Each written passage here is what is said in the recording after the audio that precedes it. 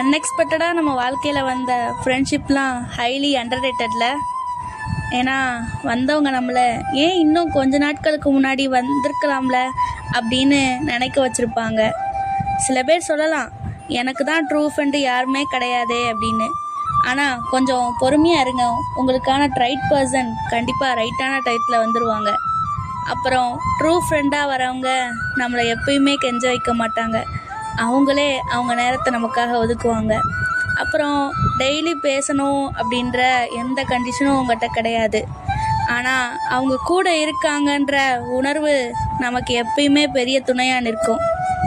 True ஃப்ரெண்டாக வரவங்க நமக்கு முன்னால் நமக்கு சப்போர்ட்டிவாகவும் இருப்பாங்க, நம்ம என்ன தப்பு பண்ணாலும் நம்மளை தட்டியும் கேட்பாங்க. True friendships never going to be end.